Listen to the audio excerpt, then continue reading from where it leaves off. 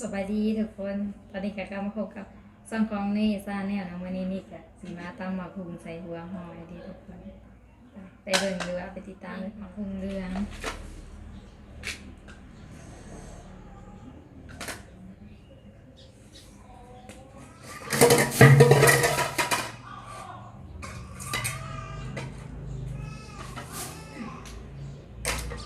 นี่จ้ะ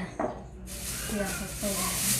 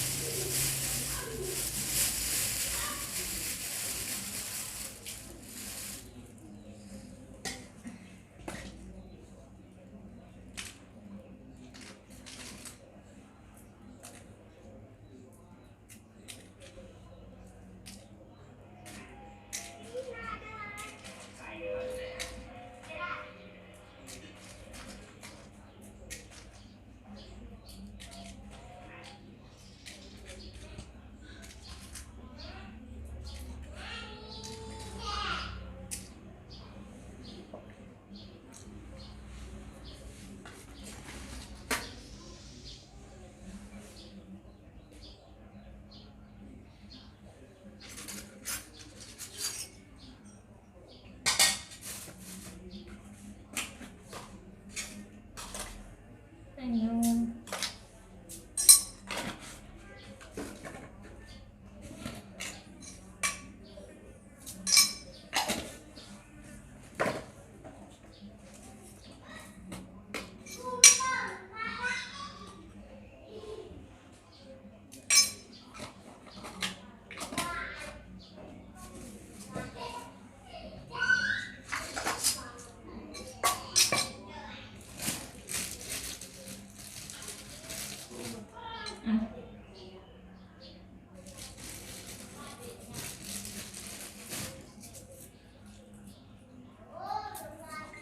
เป็นหัวผักเทียม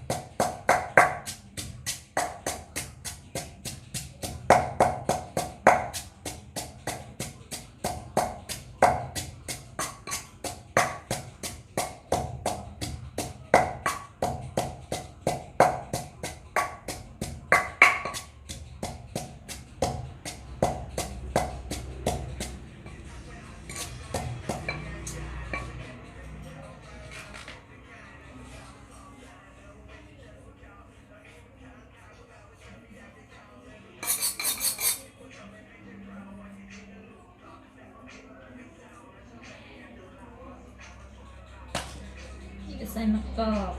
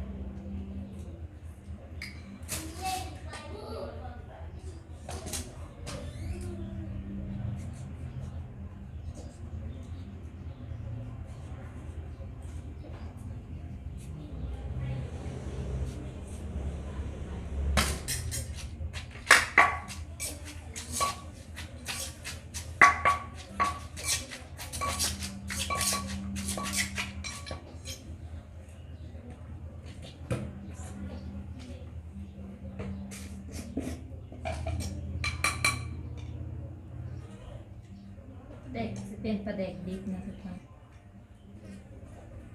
ปลาแดกเห็ดเอง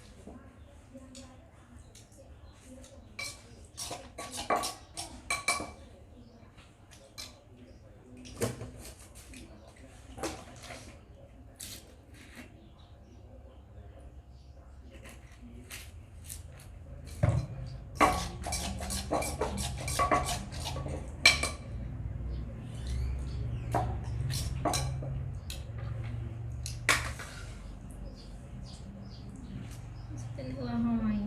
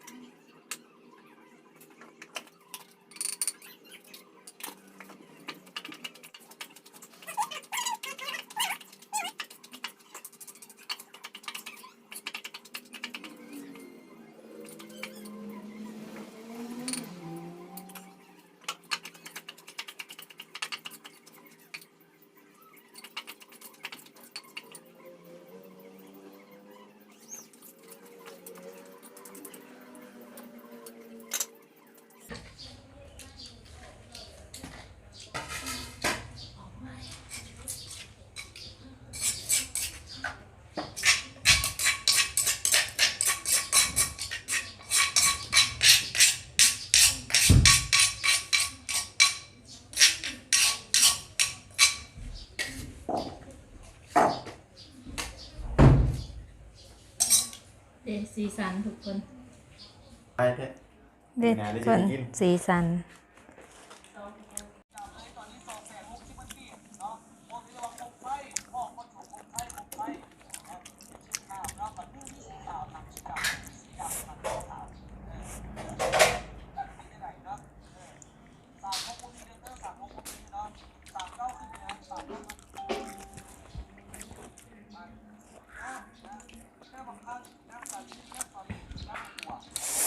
แซ่บทุกคนมาเด้อ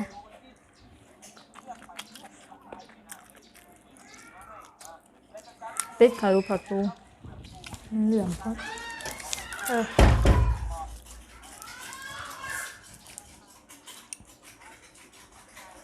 ทอดไข่คอยจะขึ้นนี่เลย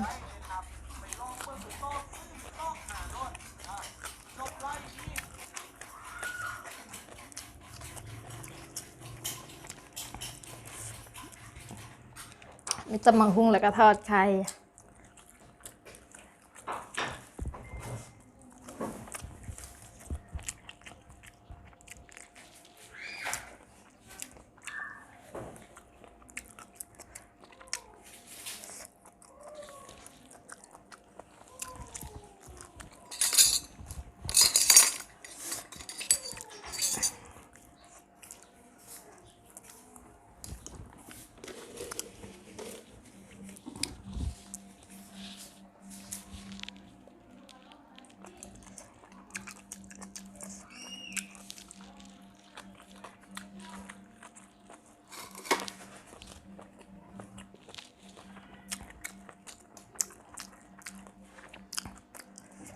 บ่มีกระโตกกับสีใสแต่แบบนี้นะทุกคน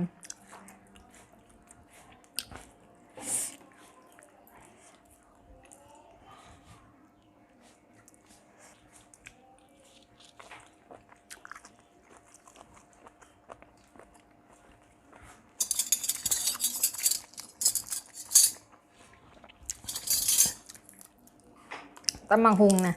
ตำอีหยังก็ยางไม่เท่าข่อยแล้วมากินสมเนี่ยนี่แหละมากินมันสมแบบนี้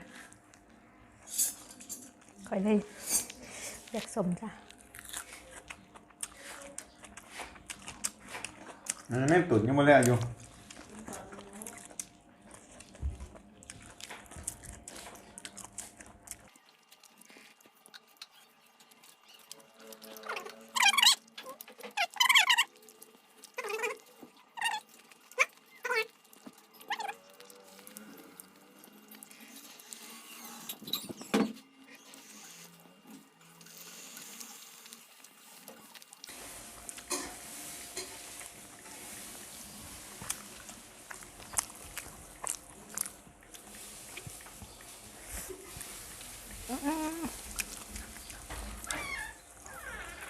หลอกเลยก็จะ